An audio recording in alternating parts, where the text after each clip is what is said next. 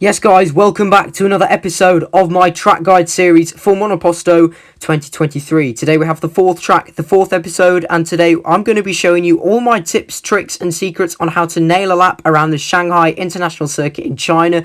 Be sure to watch the other three episodes if you missed them at Bahrain, Saudi Arabia and Australia. Also be sure to click that big red subscribe button down below to make sure you don't miss any more of the episodes in this series if you're finding it helpful and if you're enjoying it. And without further ado, let's dive right into today's episode.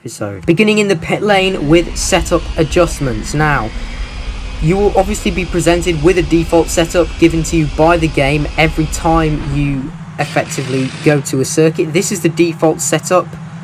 I would only amend this very slightly, to be honest. In fact, I think this might be my amended setup.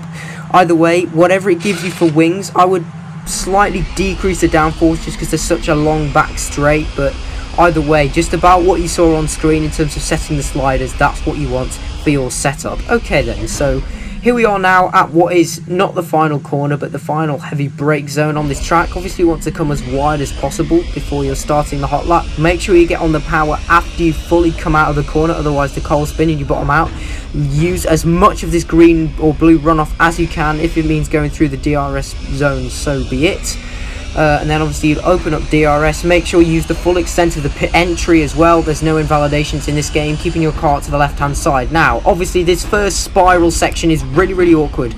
I would come off ERS. As I said, I like to manually use ERS. Where this blue asphalt runoff starts on the left hand side, that's where I would come off ERS, and I would start and brake at the 50-meter board there that was just back there.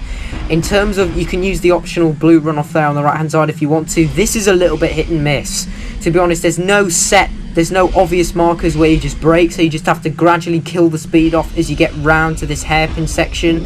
As I say, you have to really wrestle the car. However, one thing I will say on the exit of the spiral section is it's so important to not be too greedy on the throttle. So wait a split second until you get level to that tower block there that was just in front of me. When you get level with that tower block, then start and gradually apply the throttle, because otherwise if you get on the power too early, this is what happens. You just end up steering straight off the track. So it's really important to make sure that you are really gradual on the power, again, to make sure that you've fully gone round that sort of 180 hairpin. Now getting towards this next corner, is this turn 4 or 5? Brake somewhere along this gravel between the 100 and the 50 meter board, about halfway between there. This is where you want to brake, or if not, if you want to play it safe, then brake where the gravel starts, but certainly brake no later than where the curbing starts on the left hand side. You can use the inside curb if you want to, and then make sure you use the full extent of the track limit so you can come as far wide on the exit as you possibly can. Then you want to bring your car over to the right hand side and then hog the inside curb through here, because this corner can be taken completely flat. And then once you get here, the blue runoff on the inside, that's where you have a short, stabby little brake application just to kill some of the speed off. However, if you try and take it flat, you can just quite easily send the car spinning and lose the back end. So it's really important that you do brake for that corner. As you can see here on the lap that I did, there's just a slight brake application, just 2 little dabs on the brakes, and then just keep going round through this twisty middle sector. So then you'll want to bring the car will come over to the left. You want to bring it over to the right again as soon as possible to maximize the width of this corner. Open it up as much as you can, then come out to the right on the exit and then come back to the left, because this corner can be taken flat. It's a little bit more of like a sharp steering movement compared to what I've done in F1 2016 mobile before. And then obviously by that point you want to be up into ERS. Now this is the next corner, just where the curbing starts on the right hand side. It's about level with the 50 meter board, but go with where the curbing starts on the right hand side. I've found that's just, and then obviously that's slam on the brakes hard as you possibly can. And then you'll just follow it round through this corner here. You want to try and come a little bit wider, so try and stay to the right if you can as you pass through the DRS board, then bring the car over to the left. Again, this circuit's a lot about maximising the use of these long corners, because you get quite a lot of them. And then obviously you're straight on the power, straight into ERS, bomb it all the way down in the back straight, open up DRS.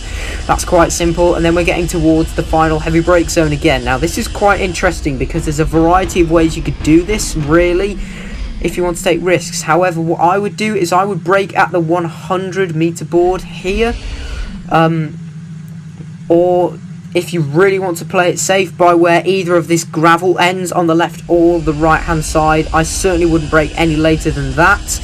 as you can see, this is one of the outtakes here. If you brake too late, for example at the 50-meter board, then you just steer around and you get on the power too early, and boom, you're not killing off enough speed, so the car's just going to bottom out and you're going to spin round. So I certainly wouldn't brake any later than when the gravel ends. In fact, I'd just brake at the 100-meter board always, just to make sure that you kill enough of the speed off, and then when you actually get to that really tight 180 hairpin itself, just let the car roll through the corner, come a little bit wider on the exit, and only now apply the throttle. Again, this was similar to the exit to the spiral section. Make sure you do not get on the throttle too soon as the car spins out, as I've just showed you.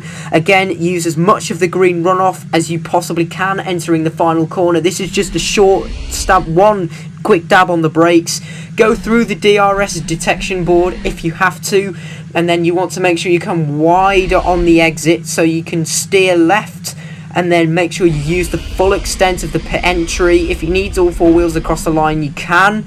Then open DRS, just obviously make sure you don't crash into the pit wall effectively. And there you go, that is a lap of the Shanghai International Circuit. I really hope you find that helpful. I'm now going to play you my entire full lap uninterrupted on board this Alfa Romeo Penske car used from Monoposto driver career mode. Hope you enjoyed the video. If you did, please be sure to like, share and subscribe, and I'll see you all next time. Goodbye.